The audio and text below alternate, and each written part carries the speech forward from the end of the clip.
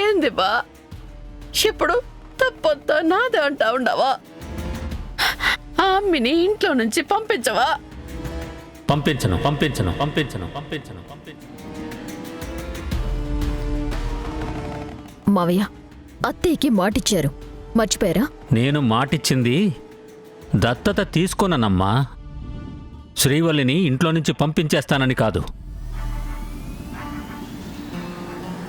అత్తయ్య, శ్రీవల్లి వల్ల మన ఫ్యామిలీకి మంచి జరుగుతుంది తప్ప చెడు ఎప్పటికీ జరగదు. ఆడపిల్ల మనం కాదంటే ఎక్కడికి వెళ్తుంది పిన్ని? వాళ్ళని అంతగా బతిమాలాల్సిన అవసరం లేదు కేదార్. చూడండి, శ్రీవల్లి మన ఇంట్లోనే ఉంటుంది. ఇది మీరు ఎంత త్వరగా యాక్సెప్ట్ చేస్తే మీరే అంత హ్యాపీగా ఉంటారు. ఏందమ్మీ కౌశికి ఇది? మీ బాబాయ్ ఏందిట్ట మాట్లాడుతా ఉన్నాడు? పిన్ని ఇప్పుడే ప్రమాదం నుంచి బయటపడ్డారు. ఇప్పుడెందుకు ఇవన్నీ మాట్లాడ్డాం? ఇంటికి వెళ్ళాక మాట్లాడుకుందాం. అది కాదు యువరాజ్, డాక్టర్ డిశ్చార్జ్ చేయొచ్చని చెప్పారు కదా, వెళ్ళి అడుగుదాం పదా. ఇంకో 2 అవర్స్లో ఇంటికి వెళ్ళొచ్చు. మీరెక్కువేం ఆలోచించకుండా రెస్ట్ తీసుకోండి అత్తయ్య. పదండి.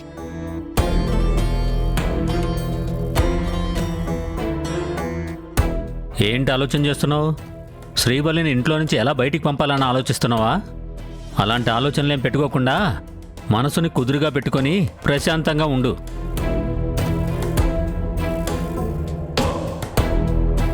నెత్తి మీద పెద్ద కొండను పెట్టుకుని ఏంది సంతోషంగా ఉండేది?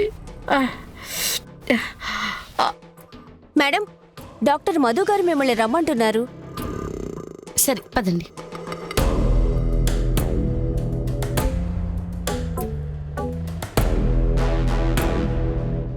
ఏంటి నిషి? ఎక్కడికి వెళ్తున్నారు వీళ్ళు? చూద్దాం పద.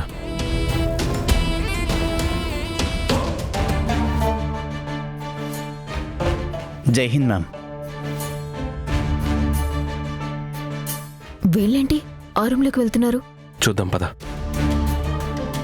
ఆగండి సార్. ఎక్కడికి?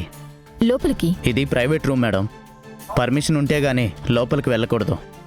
ఇప్పుడు మాకు తెలిసిన వాళ్ళు లోపలికి వెళ్ళారు, వాళ్ళతో అర్జెంటుగా మేము మాట్లాడాలి. సారీ మేడం, కుదరదు. పర్మిషన్ ఉంటేనే లోపలికి ఎలా ఉంటుంది. వెనక నుంచి చూద్దాం పద.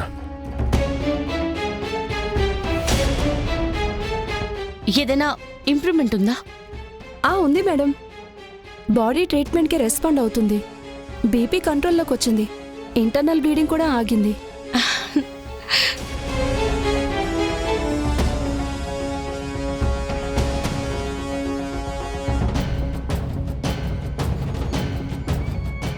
ఎవరై ఉంటారు?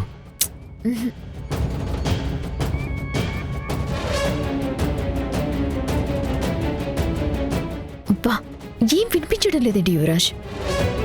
వాళ్ళకంత పర్మిషన్ ఉండి అవసరం ఉండే రూమ్కి వీళ్ళెందుకు వెళ్ళారు? లోపల ఎవరున్నారు?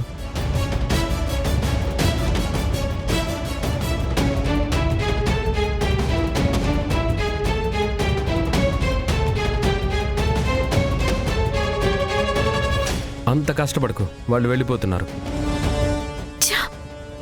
అసలు లోపల ఎవరున్నారు యువరాజ్? వీళ్ళు డాక్టర్తో ఏమని మాట్లాడారు? వీళ్ళు అడుగుదాం పదా. అడిగితే అమ్మ మందులు ఎలా వాడాలో డాక్టర్ గారు చెప్తానంటే వచ్చామని అబద్ధం చెప్తారు.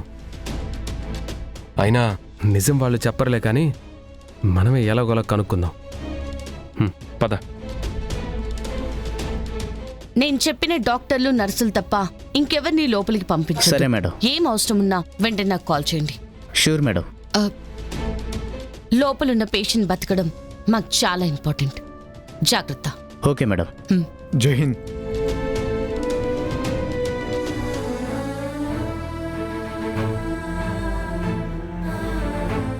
దాత్రే, శ్రీవల్లి లంచ్ చేసిందా?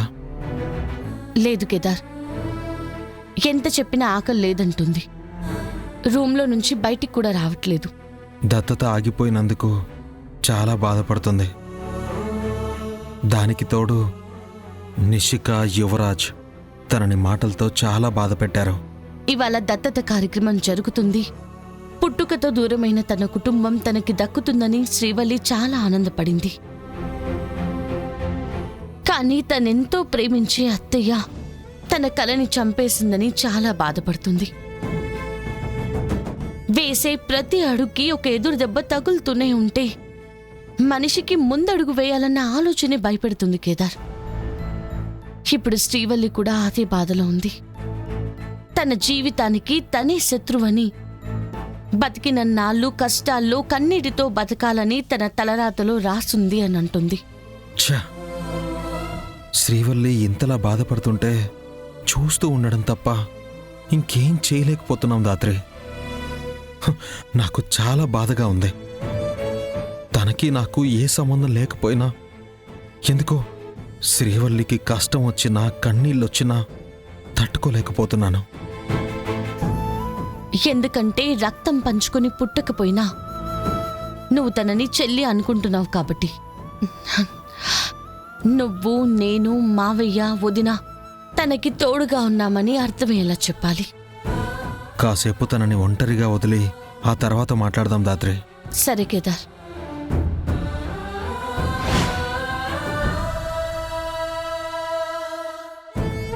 అయినా అత్తయ్య గారు దత్తత కార్యక్రమాన్ని ఆపడానికి, తన ప్రాణాలు తీసుకోవడానికి కూడా వెనకాడలేదు. దత్తత ఆపడానికి పిన్ని ప్రాణాలు తీసుకోవాలని చూస్తుంది. యువరాజ్ తన ప్రాణాలు పణంగా పెట్టి శ్రీవల్లి వాళ్ళ అమ్మ ఫోటో చూడకుండా ఆపుతున్నాడు. మీరేం చేసినా ఆ ఫోటో మీకు ఎప్పటికీ దొరకదు. నన్ను దాటి మీరు ఆ ఫోటోని చూడలేరు. అసలు శ్రీవల్లి ఎవరు దాత్రి? శ్రీవల్లి ఎవరు దాత్రి? శ్రీవల్లి ఎవరు దాత్రి? ఎవరు దాత్రి? తనకి ఈ కుటుంబానికి ఉన్న సంబంధం ఏంటి? శ్రీవల్లి వాళ్ళ అమ్మ గురించి ఈ కుటుంబానికి తెలియకూడదని ముగ్గురు ఎందుకింతలా ఆరాటపడుతున్నారు? ఎంత ఆలోచించినా అదే నాకు అర్థం కావట్లేదు. అత్తయ్య వాళ్ళకి శ్రీవల్లి అంటే కోపం ఉందని తెలుసు, కానీ మరీ ఇంత కోపం ఉందనైతే అనుకోలేదు.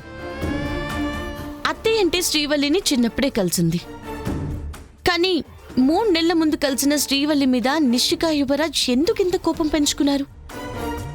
ఫోటో చూశాక యువరాజ్ ఎందుకు శ్రీవల్లిని ఎంతలా ఆశయించుకుంటున్నాడు? దీని వెనకాలైతే ఏదో పెద్ద కారణమే ఉంది. అదేంటో తెలుసుకుంటే కానీ ఆ ముగ్గురు ఏం దాయాలని చూస్తున్నారు, ఎందుకు ఇదంతా చేస్తున్నారో మనకు అర్థం కాదు. అవును దాత్రే, అయినా పిన్నికి ఎంత ప్రమాదం తప్పింది వాళ్ళ. మనం హాస్పిటల్కి తీసుకెళ్లడం కొంచెం ఆలస్యం అయ్యుంటే. అత్తయ్య బతికినందుకు ఆనందపడాలో, శ్రీవల్లికి కుటుంబం దక్కనందుకు బాధపడాలో అర్థం కావడం లేదు. కనీసం పిన్ని రికవర్ అయ్యే వరకైనా దగ్గరుండి చూసుకుందాం అనుకుంటే పిన్నిని వాళ్లే చూసుకుంటారు, మనల్ని దగ్గరికి కూడా రానివ్వద్దని యువరాజ్ కండిషన్ పెట్టాడు. నిషి తనని తానే చూసుకోలేదు, అలాంటిది బాలినత్తని ఎలా చూసుకుంటుంది కేదార్?